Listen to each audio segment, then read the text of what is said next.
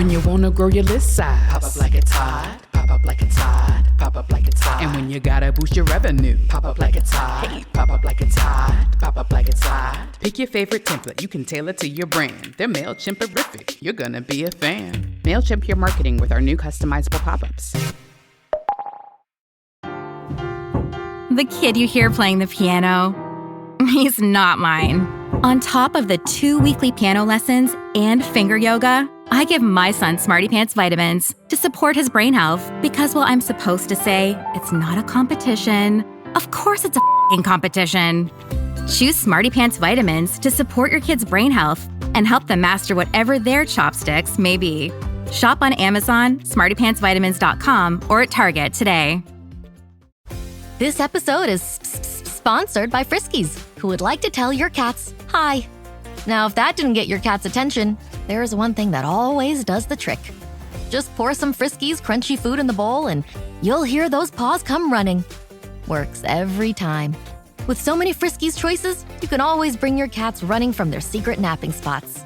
There's always more to explore. See for yourself at friskies.com or visit your local store. Welcome to the New Books Network.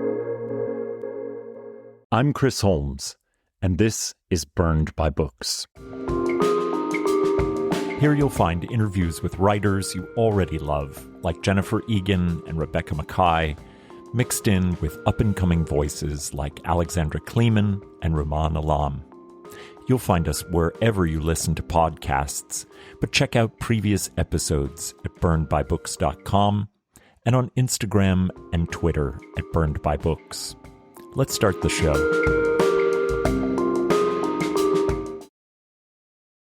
In Megan Nolan's extraordinary second novel, Ordinary Human Failings, we meet the Green family, Irish but living in London. There's John, the patriarch, who has lost 2 wives, one to desire and the other to illness. His children, Carmel, a spotlight of beauty and intelligence, perceived as special, but pulled into the quagmire alongside Richie, her brother, an addict and depressive, desperate for connection, but quickly bottoming out. As the novel begins, Lucy, the youngest of the Greens, has been taken in for questioning in the death of a young girl, Mia, living in a London estate, who was part of an ill-fated game that may make Lucy a murderer. First on the scene of the crime is Tom Hargreaves, an ambitious reporter willing to bend any moral standard to get the scoop. After convincing his boss to put the family up in a hotel and secret them away from the public, Tom sets about plying the Greens with liquor and promises. All the while, the child Lucy sits in a cell, wondering whether she will ever see her family again. A story of class and family secrets and a powerful counter-narrative to the fiction and reportage that voyeuristically stares at those without privilege and pronounces them less than human. Ordinary Human Failings speaks with compassion and an unblinking perspective on the ordinary struggles that define us. Megan Nolan's craft work is exceptional in its seeming effortlessness and its ability to develop indelible portraits of those whose society turns away from until it is time to punish them. An extraordinary novel and the marker of a young writer on the rise. Megan Nolan was born in Waterford, Ireland. Her essays and reviews have been published by the New York Times, The White Review, The Guardian, and Frieze, among others. Her debut novel, Acts of Desperation, was the recipient of a Betty Trask Award and was shortlisted for the Sunday Times Charlotte Atkin Young Writer of the Year Award and longlisted for the Dylan Thomas Prize. Welcome to Burned by Books, Megan Nolan. Thank you. So glad to be here. So, how did the Green family come into focus for you? And was there a particular character who was the first voice that you could hear in your head?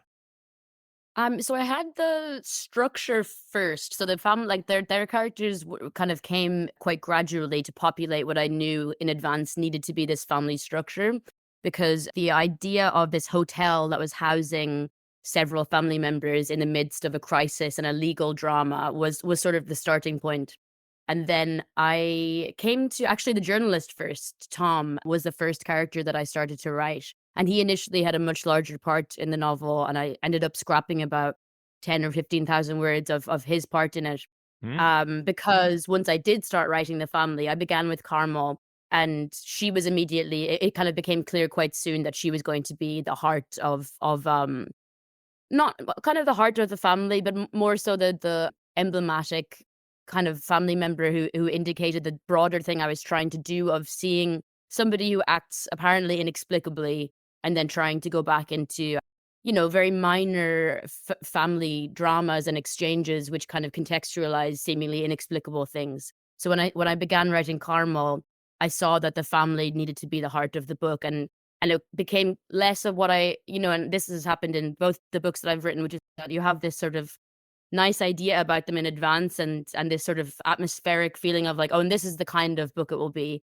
And then that just totally changes when you start. So Mm. I kind of thought it might be like a more sort of state of the nation novel, and a bit more removed, a bit more objective feeling and less character based. And then, yeah, that just totally went by the wayside as soon as I Mm. started writing Carmel. It's interesting that there was so much more of Tom because I think it's sort of important for the structure that you've laid out that he is this sort of ominous presence floating on the periphery often. Yeah, and I think that I still feel some attachment to this stuff that I scrapped with him, and may at some point, if I have time, or if I have the inclination, like maybe we'll write a story of the stuff that I got rid of with him. But yeah, I agree. Like once I got into the meat of the narrative, it just didn't seem to fit to give him equal weighting with the family, because Mm. I suppose, like, I suppose that what I'm trying to propose is his limited vantage point, of how you can actually understand this family. So perhaps to give him too much insight in a way, or too much perspective or empathy, wouldn't have like indicated that so much. But I still have some, residual interest in Tom, and interest in some other background parts that I wrote for him. Mm. Yeah, when we first meet him, we get this sense of him as brash and ambitious and beginning to be successful. And we imagine a certain kind of book. The gritty reporter bends the rules to get to the crux of a violent crime just before the police. But the more we hear from Tom, the more we realize this is a very different kind of book, one in which Tom is firmly the antagonist. Were you thinking about a certain genre of novel that would have made Tom the complicated hero? And were you interested in snapping the neck of that sort of narrative? um I mean, I do read a lot of genre fiction, so I think even though I didn't have anything specifically in mind, I think I probably was, naturally writing in a certain direction. Like, I love Stephen King, and I read a lot Me too. of yeah, I mean, I'm a huge fan, I always have been, and, like, he was probably one of my first big writing loves when I was 13, 14. So certainly, and I read quite a lot of, like, detective novels, both good, like, both trashy and good detective Mhm. novels. So I think there was a certain level of it was, like, natural enough for me to start with an angle that was quite, maybe, that familiar. And it wasn't that I wanted to, like, consciously struggle against that, but I'm just actually not I don't think I'm actually capable of writing a very good genre fiction book. Like, I've said, like, I've heard this said to people, but like, my dad is a writer as well, and he does fine, and well, he considers himself successful because he's managed to continue to be a playwright for 40 years, even though he has Mhm. to make up the bills with other jobs. But sometimes people will say to him, like, "Oh, haven't you ever thought about just writing a really stupid, successful TV show?" And he's like, "Yeah, I probably would do that if I could, but I don't know how to do." Like, it's not necessarily that I don't want to be able to write more straight up genre fiction. I just don't think I'm particularly skilled at that. So I think that it was Mhm. always going to kind of probably naturally come back to character based stuff for me, because that's where I'm stronger. Yeah, that's so interesting that it is a different skill set to write the popular thing or to write the very specific tropey genre thing, which has all these structures and kind of components that are expected and they have to operate in a certain way. And if you don't know how to do that, then you can't do it. I think that, yeah, the more straight up genre stuff that I kind of initially thought I might involve with Tom, which was actually more to do with the newspaper, like the mechanics of working within a newspaper. I sort of found when I was writing that stuff that it's a book that I would maybe love to write, but I felt like I would need to spend years immersed in that environment. And so yeah, I ended up just kind of, I mean, to a degree, just writing what was more familiar, which is this Irish family, which of course is something that I grew up with. But I did have, like, even to the limited degree that I did go into that world of the newspaper, I really enjoyed doing that. Yeah, well, that I want to read that next. Maybe it's a short story. The Greens are an Irish family that have moved to London and are generally seen as miscreants by the neighbors in the London estate neighborhood. They are, in some ways, in the devil's backyard in imperialist England. It's 1990, Yeah. 8 years before the Belfast Accords, so the historical context of the Troubles gives the focus on the Greens in the death of Mia a different kind of weight. Can you discuss how the context of the violence of this period and the long-term imperialist relationship between England and Ireland color the question of the Greens' story? Yeah, I think it's something I've always been quite curious about because I came of age, like, so I was born in 1990, so I came of age just, I was becoming sentient just as things were changing rapidly in that regard. And so I only very vaguely remember IRA atrocities being in the news, like the Oma bombing would have been 95, I think, or maybe 96, and that was one of the last huge, really just awful, destructive IRA acts in Ireland. And so I grew up in the tail end of it, but my family, who would have lived, like almost everyone in Ireland at some point has lived in England, whether it's only for a couple of months or for years. A lot of people end up spending some time there. So several members of my family would have lived in London for short enough periods of time. And the way they spoke about their reception in London as an Irish person was just so unimaginable to me. And, because my generation was after Ireland had joined the EU. And so I grew up thinking, we're sort of relatively cosmopolitan Mhm. European citizens. And that was just completely not the case, even 5 or 10 years before I was born. So yeah, I was kind of interested in getting to think a little bit about that era that preceded me and my time in Ireland and in London. And also I was sort of drawn to this. I don't It's a bit of a, maybe tiny bit of a cliche, but it's also definitely drawn from reality, where, like, Irish people, my dad would often talk about Irish people who had gone to London sort of in search of not of like fame and fortune, but of, a decent living and maybe some degree of fortune, and coming back to Ireland pretending like they had got it all figured out, despite actually living in total poverty in London, and sort of Mhm. putting on this big facade of having figured it all out.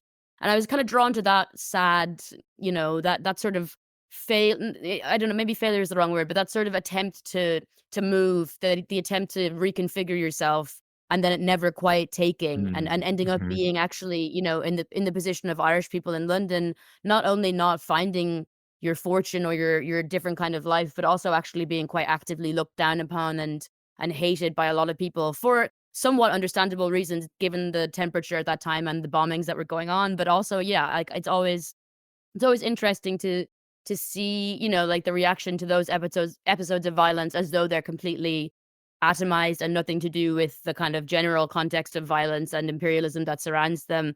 And I think that's what's most striking is if you look at the newspaper headlines from the Birmingham bombings in the 70s or the ensuing ones that came in the 90s, it's as though these people are doing it for totally mysterious reasons. And I Mm. guess that's Mhm. always the way with these very complicated and, horrifying freedom struggles that become incredibly brutal and just intolerable in every direction. But yeah, I think there was a lot of I really valued going back and reading I spent a lot of time reading old newspaper archives when I was researching this book, and that was part of what I really valued reading was those ones, the sort of reflections on bombings in the contemporary moment, where they acted as though there was no context. Mhm. Yeah, that's such a good point that and I think that is the way universally when people are dealing with events like that, violence that come out of struggles against imperialism, they're talked about as contextless and a bad actor and a violent, more, immoral act. But the context gives such a structuring to how we think about, complicity and all these other features which this book is a lot about in both the micro and the macro. Hmm. The structure of ordinary human failings is as crucial to the development of the novel as any plot fixture. Each member of the Green family Carmel, Richie, and John get a backstory that expands our understanding of their actions exponentially. It doesn't explain away their choices, but it gives them a humanity in the exploration of the lineages of family trauma. What does the structuring of these backstories mean to you when you think of the Greens? I think I was interested in, as I say, because the structure began for me with the newspaper and the sort of idea of looking at this family from a remove at first and then zoning in. So I think that I'd sort of thought about how, because I'd worked in newspaper offices for a couple of years, but before I became a fiction writer, and I had never worked in a tabloid, but I kind of seen the mechanics when I worked in offices alongside tabloid journalists. I kind of seen the mechanics of how easily and sort of like brilliantly these people are able to reduce very complex situations into things that are digestible and fascinating and that move the general public. And so I was sort of interested in taking the larger view of them in this kind of reductive tabloid manner, and then not only sort of suggesting there's more to the story, but going into the more to the story in a very granular level. And like the incidents that I chose to highlight in their histories, they're not like, I mean, in Carmel's case, it's her fairly definitive one incident that kind of changes everything. Mhm. But with the others, it's not like they have these huge inciting smoking gun cases where I'm revealing something really shocking. So yeah, I was kind of interested in doing a little bit of like scene work, of just sort of like ambiently getting to know these people who we are only getting to know in a very limited sense through the what's the word? Through their representation. So yeah, through Mm. through their representation in the media, but also from their neighbors, like the way people refer to them. I'm always looking for ways to show my cat how much I love her. And with Fancy Feast gems, I can pamper her whenever I want with a savory gravy on top of a gourmet mousse pâté. The pyramid shape makes serving simple, so all I have to do is peel and plate to make mealtime feel extra fancy. And with 2 entrees in every pack, it's easy to turn every day into the extraordinary. Fancy Feast gems. When kids don't play, they grow up without creativity. They'll try to blend in and wear chinos, or worse, polyester chinos. Good thing Gushers, Fruit by the Foot, and Fruit Roll-Ups are made to be played with. You better be playing.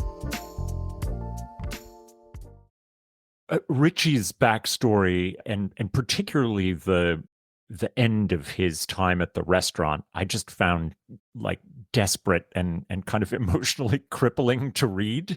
And I wonder whether you enjoyed writing that and sort of knew that it would kill us when we were thinking about Richie.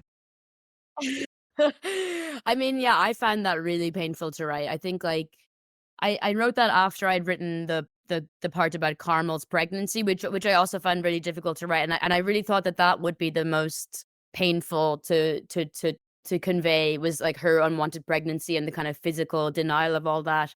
But actually, I found writing that scene with Richie, even though it's ostensibly so much less consequential, he loses a waiting job in a restaurant, but I found that to be much more painful to write, because I think in general, like I think that the ways that people hurt themselves are probably the most painful for me to read about or to experience and to witness in other people and in myself, and so I think writing about somebody like Richie, who's really good at heart and who, essentially means well, but is just a weak person and also has this addiction, and like, and I'm not suggesting that being an addict is weak, but I think that he is a weak person and he has this addiction, and that's just a terrible confluence of events. And he's overly sensitive in this way that's kind of beautiful and also kind of just not compatible with life, really.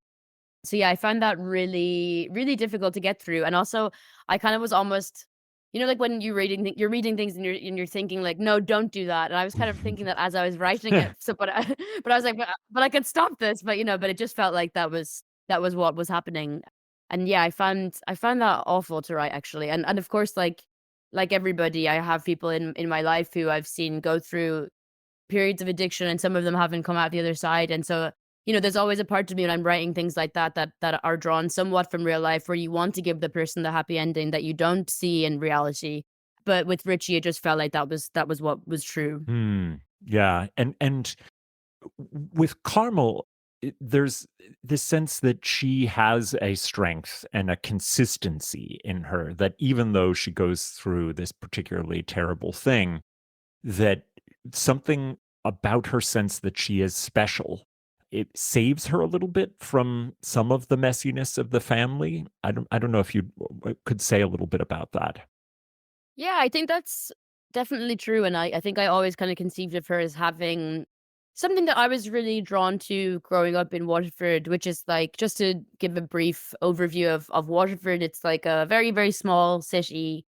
And it has been historically like it's very up and down in its economic fortunes because it had a very successful factory there for a long time, which went in and out of success and now it's gone. So it's kind of gone up in very dramatic swings of economic fortune. And so there's a lot of people in Waterford when I was growing up who I could tell were very charismatic, very smart, sometimes really good looking, very talented, and who had nothing, nothing material going for them, but they had those other qualities going for them, which in a way is like in a way is everything, and in a way can be nothing. And I was always really drawn to the women I saw in Waterford who kind of had decided they were going to make it out, or not, and I don't mean out of Waterford as in like leaving for another city, but they were going to make it out of their situation, and they were really skilled at using whatever personal qualities they had to make that happen. And I just always really admired that resourcefulness, and I think that's something I admire in general is resourcefulness. And it's something that you really see in people who are economically deprived. Is like, yeah, I always think of charisma as being, one of the greatest blessings a person in that situation can have. Like, it's such a huge gift to be personable and charismatic if you don't have the material qualities or the material resources to try and get by in the world. And I think Carmel is very much someone who recognized early on that she was unusual, that she was cleverer than a lot of people, and that she was more thoughtful than some of the people around her, Mhm. and she was good looking. And she kind of knew that she was going to have to use those things, and she was going to enjoy to use those things to move forward in the world. And yeah, I think that even after her sort of disgrace with this unwanted pregnancy, she didn't feel that that was gone from her, and actually felt hard done by that wasn't being respected fully anymore. And I think that's kind of what we see when the tabloid journalist and when the police are interacting with her, and they kind of can't believe that she's still being so kind of high and mighty about the things when she is in this kind of disgraceful situation again, and in this case a far more profoundly disgraceful situation, Mhm. that she still has this kind of core of, I'm going to make it through this, and that only kind of falters a couple of times in the story for her. And crucially towards the end, it definitely falters, but that's kind of in a positive sense almost. She kind of has a humbling towards the end of the book. Oh, that's true. So Tom's work as a reporter turns into what I think of as an act of violence when he convinces the paper to let him ply the Greens with drink and get them to spill their secrets and perhaps the story of Mia's death.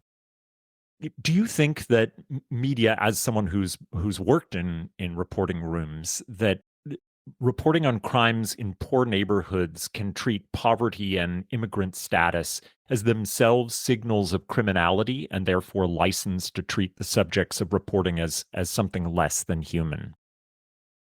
Yeah, 100%. And part of the reason that I set the book in the year that I did in 1990 is that it's still bad now, but it was really, really bad in Britain in that period. Like the 90s, I would say the 80s, 90s, and early 2000s were like particularly extreme in the way that they demonized poverty. And I think that the immigration demonization has gotten worse since then, and was bad then too, but I think that's escalated, whereas the poverty thing has sort of a little bit been mitigated by the hatred towards immigrants. Huh. And so I think that in that period, like there was a couple of major crimes that happened in England, which were kind of focal points for this hatred towards people. It was kind of focused on people who were on benefits, and there was this Mhm. this perception of people who were stealing from the state or who were just kind of worthless people. And these crimes sort of, there was one that those two boys in Liverpool who were, I think they were 11, and no, they were both 10, had murdered a toddler. And this became a huge flashpoint for kind of class hatred in Britain. And they went to their very deprived towns and kind of just did, yeah, like what people call like a poverty safari, where they kind of go around Mhm. asking people questions and gawking at them and going like, so, is this is how you live? And just really being appalled at things. And the way that some people live in those situations was appalling, but the way that it was portrayed was as though they had sort of decided willfully that this was the best way to live rather Mhm. than Mhm. growing up in poverty. But yeah, so I think that's always been something that really disgusted me as somebody who lived on I grew up on a council estate myself in Ireland, but I think there's like classism is slightly less extreme and blatant in Ireland because of, I guess, like the history in England of very defined class status that Ireland perhaps doesn't have. Like it's definitely a thing, but it doesn't have the like historical weight to despise the working class because Ireland historically was, exclusively made up of poor people for so long. Mm. And and so, yeah, I think there is just something very vicious and distinct in the tabloid tradition in England of not only hating poor people, but also because tabloids are supposed to appeal to poor people themselves, they kind of have to create these subcategories of poor people, so it's not that they don't have any money because that might alienate certain tabloid readers. It's that they're people who have no money who have a big TV and they get it from the government, and it's just Mhm. all these like Mhm. strange subcategories like that. And it's a really kind of striking difference, I think, in British tabloid history compared to some other countries. Yeah, although I'm recognizing so much of what you're saying in the way that the US deals with poverty. I mean, it was famously Ronald Reagan who sort of called out, the supposed welfare queen who was driving around in a Cadillac in the Yes. and so I feel like there's almost a kind of like late capitalist way of treating poverty as though it's a decision and as you say, like a choice of this is the best way and this is how we want to live. And therefore, because of that choice, it should be utter it should be utter deprivation and nothing else. Totally, and I think you see it as well when people are kind of objecting to protesters and saying, if, "Oh, you're protesting against climate change, but you have an iPhone," and things like this, and Mm, it's mhm. just, people want to make it impossible to have any sort of objection to the status quo, and one easy way to indicate that is to try and pretend that people are hypocrites because they have one material object that might, contradict what their lives in general are like or what their belief systems are. And it's, I think it's very transparent when people are doing that. So it's I think, I don't know, it seems so risible to me when people try and do that, but I guess it is effective, obviously. Yeah, too effective, sadly, but it is, yeah, it is ridiculous, but it seems to keep coming back with various forms of efficacy. The title Yeah. the title of the novel, Ordinary Human Failings, comes back to us multiple times as a way of questioning precisely who gets to have those ordinary failings. At one point, it's Mm. something as small as a hangover. Another, it is, quote, theirs were ordinary human failings, tragedies too routine to be of note. It seems at of a piece with Tolstoy's adage that all happy families are alike, each unhappy family is unhappy in its own way. How did you like playing with the title and what did it, do for you when you were thinking about the idea of who gets to have ordinary human failings and whose failings have to be punished? Mm.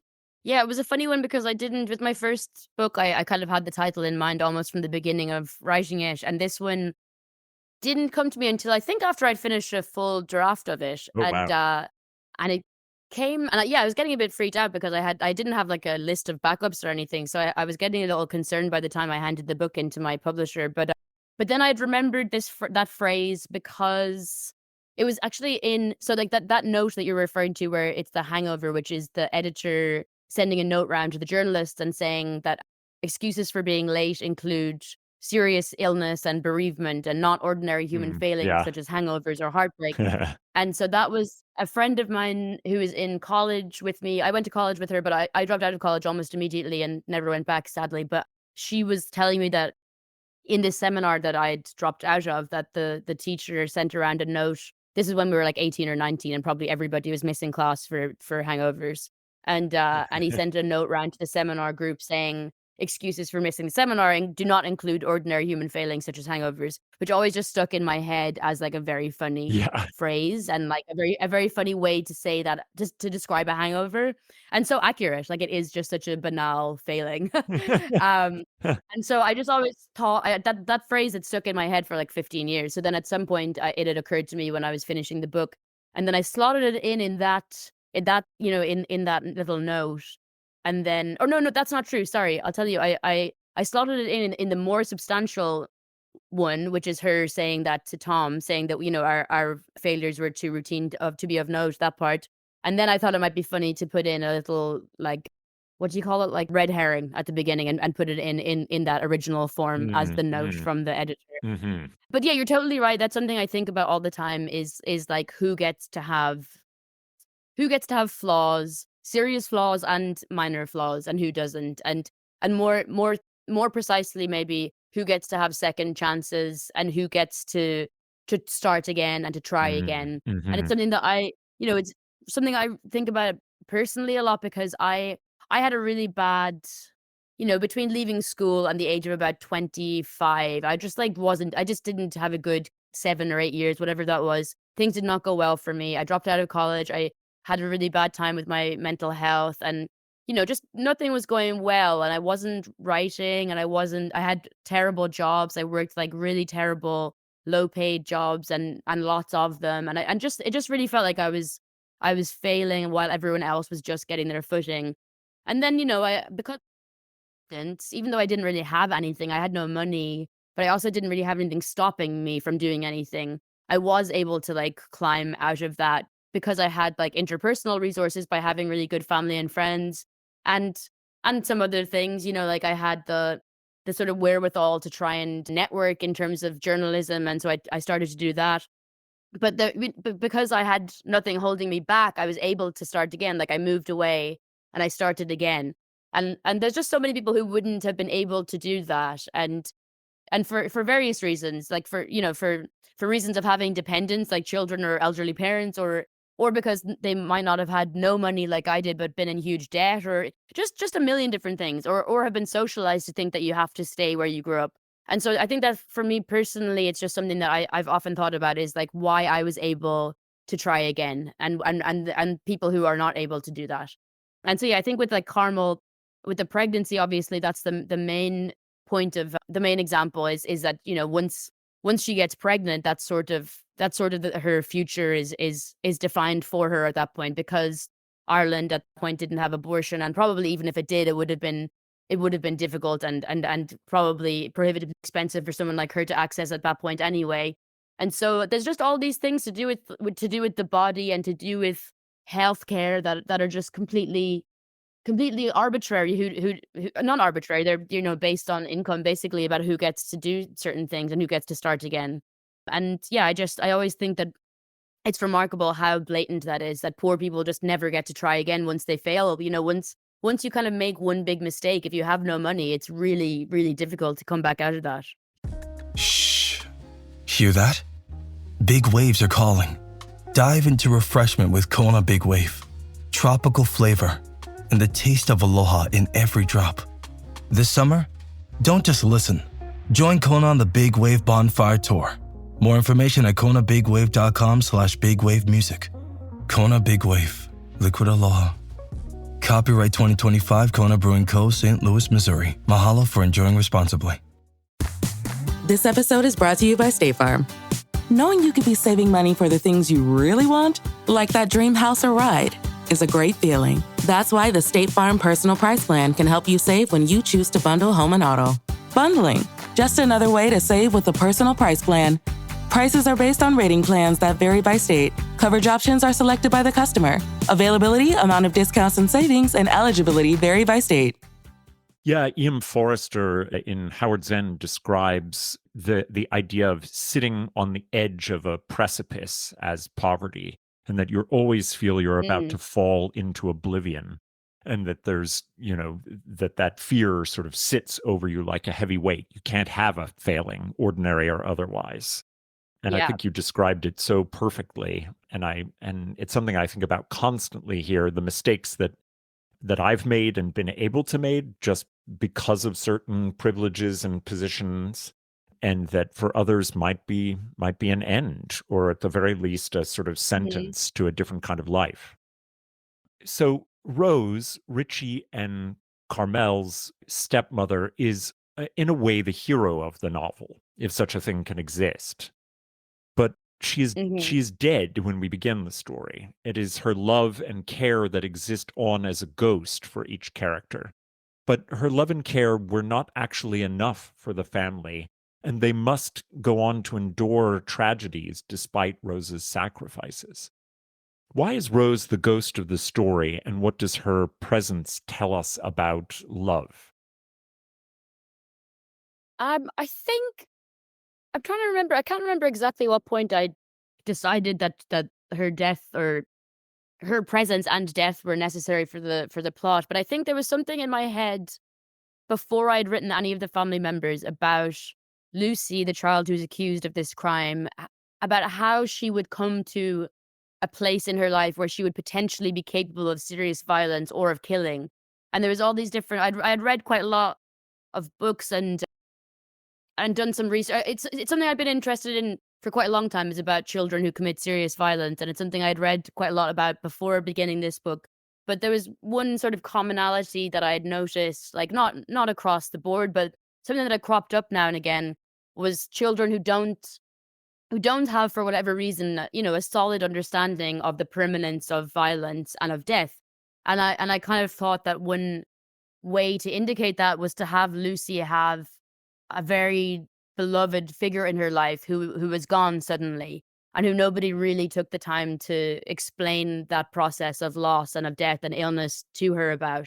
And so I think that was probably the starting point to why I wanted to introduce this character who was a very benevolent, very loving, and like quite heroic character who sort of took it on herself to take all of the pain of this family and buoy them through it.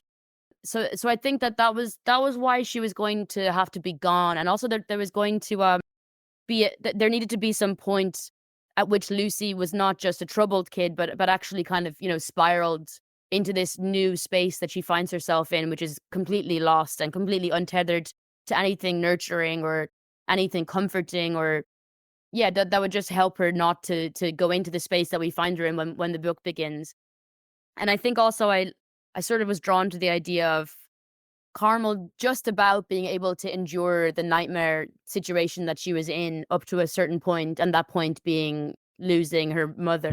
So like Rose helps her deal with the practicalities of literally, of having the baby, and then also of caring for the baby. And the baby is something that Carmel is kind of fundamentally unable to see as real or to like accept is real. And so I just think that there was something about that I wanted to bring in where things weren't good, but they were ticking along okay. And then this kind of break in reality where Rose is dead has sort of changed everything. And then in terms of her as a character, I've always been kind of the opposite side of, like earlier I was saying, I was very drawn to these women in Waterford who were very charismatic and brassy and sort of like, did whatever they needed to do to get out of their situation. And I've also, on the opposite end of that almost, I've been sort of fascinated by the women that I saw mostly of like older generations than my mother's generation, like usually the generation again above, of women who are just so martyred by their situation and who like sometimes kind of seem to almost enjoy the level of martyrdom that they have found themselves in and won't let go of it even when they are offered help. And like Rose is somebody who obviously does have a huge amount of love and care to give, but then also I think that those sort of roles that you find yourself in any family can be sort of suffocating and like self-perpetuating, so I think that like at some point we see that she has kind of given up some of her personhood, and you can argue whether or not that's taken from her or she's giving it. But there's part of her that kind of like finds solace in being the one who fixes everything, and I find that to be like a really interesting role that people, and obviously it's not inherently gendered, but obviously because of care being what it is in a historical sense, it often is women who find themselves doing that. Yeah, absolutely. I mean, I think it not inherently, but the culture has certainly made it feel that way. and that Mhm. care is so often a responsibility that the onus falls on women. Yeah. Before I let you go, I'd love to know a little bit about what you are reading and loving recently. And I know that my listeners really love recommendations. I love recommendations. I feel like my favorite part of using Instagram is posting books I like and then hearing people tell me that they read and love them. Me So too. I've had a really good reading month because I moved to New York in January, but I had to leave for like a month or so while they processed my longer term visa. So I've been sort of bouncing around. I mean, I said this as though it was a bad thing to someone recently. I was like, "Oh, I've been exiled," and he was like, "Yeah, you're in the south of France for a month. I think that's okay." Um, Yeah. but yeah, I'm obviously very glad to not be in, like, insanely humid New York right now. But anyway, so I've just been having a really good reading month because of traveling, which always makes me read in a much nicer and, like, more concentrated and relaxed way somehow. So I reread rather a book that I would probably always have had on my, like, top 10 list if asked, but I hadn't actually reread since I was about 16. And I read it about 100 times when I was that age, which is Even Cowgirls Get the Blues by Tom Tom Robbins. Robbins, he was like Um such a college yeah. fixture for me. Exactly, and so, like, I really read it, like, a lot of times back then, but I hadn't read it once since, and I could barely really like, I remembered the vague outline of it, but and I kinda remembered how strange and wild it was It's and why such I a liked it, weird but book. I didn't think I remembered it. It's so weird, I mean, just really out there, but as soon as I started reading it, it was as though, like, you listen to a song and can say the along with the lyrics, like, I remembered almost every word, it was crazy. Anyway, I find that, like, I think because it's quite atypical of the sort of fiction that I like, I'm not I'm usually quite drawn I'm more so drawn to quite realist things in general, and so I think I like that one because it kind of did let me know that there's a different kind of fiction that I can really love, and I just find it so I think it's just wonderful to read something that you're like, "What how did you sell this book?" Like, "How on earth Yeah. did anyone Who read this agreed to synopsis?" publish that? I just think it's Yeah, I love insane, that. yeah. So that is definitely one, and then another that I've been coming back to recently is Actress by Anne Enright, because I'm currently working on a nonfiction book and it has partially to do with my father, and my dad works in theater, as I said. So this book, Actress by Anne Enright, is about Irish theater, like Dublin theater in the 1950s and 60s. And I absolutely love reading about theater because I grew up around it with my dad. So I will read kind of any novel about theater. And so Actress is about a sort of fading grand dame of Irish theater and her daughter and the sort of very, very uncomfortable like codependent relationship they have. And it's just really like she's just absolutely one of the best for me. And her portrayal of daughters and mothers is kind of unparalleled, I think. And that was also true in her latest one, Oh, which is called Ren. The Wren. Yeah. Yeah, yeah, yeah. So I love her, and then I'll also recommend one. I mean, this is a bit of a qualified recommend because I'm only about a quarter of the way through, but I'm really enjoying it, which is called Blindness by Jose Saramago. Have you read I that? love that book. I love it, love it. Okay, great. Okay, I've never heard of it. I just bought it. Like, there's only one English language bookshop in Marseille where I was, and I just found that and got it without knowing anything about it, and I really love it so far. He's amazing. I mean, his whole like canon of work is pretty extraordinary. But Blindness, I remember there was the first one by him that I read. I think I started reading him when he won the Nobel, and yeah, I was struck by it. It's just his style and the things that he's talking about in that book. It's really quite something. I'm excited. Yeah, I love this feeling of being at the beginning of something I can tell I'm gonna absolutely love. Well, and in your difficult exile, it can draw you away from the horrors of southern France. Well, Megan Nolan, Ordinary Human Failings is such a fantastic novel. I'm so lucky that Kyle Dilts recommended it to me and Oh, suggested thanks. I love suggested you come on the show. And it's one of the best books of the year, absolutely. And I'm so going to be looking forward to everything else that you write. So thanks for coming on the show. Thank you. It was a pleasure. Thank you. Well, that's all from me for now. My thanks to Megan Nolan for coming on to talk about her latest novel, Ordinary Human Failings. You can find links to purchase Ordinary Human Failings and all of Megan's recommended books at the website, burnedbybooks.com. There you'll find all of our previous episodes, links to buy a podcast t-shirt, and ways to get in contact. As you listen, take a moment to rate the show on iTunes, Spotify, or wherever you find your podcasts. Until next time, this has been Burned by Books.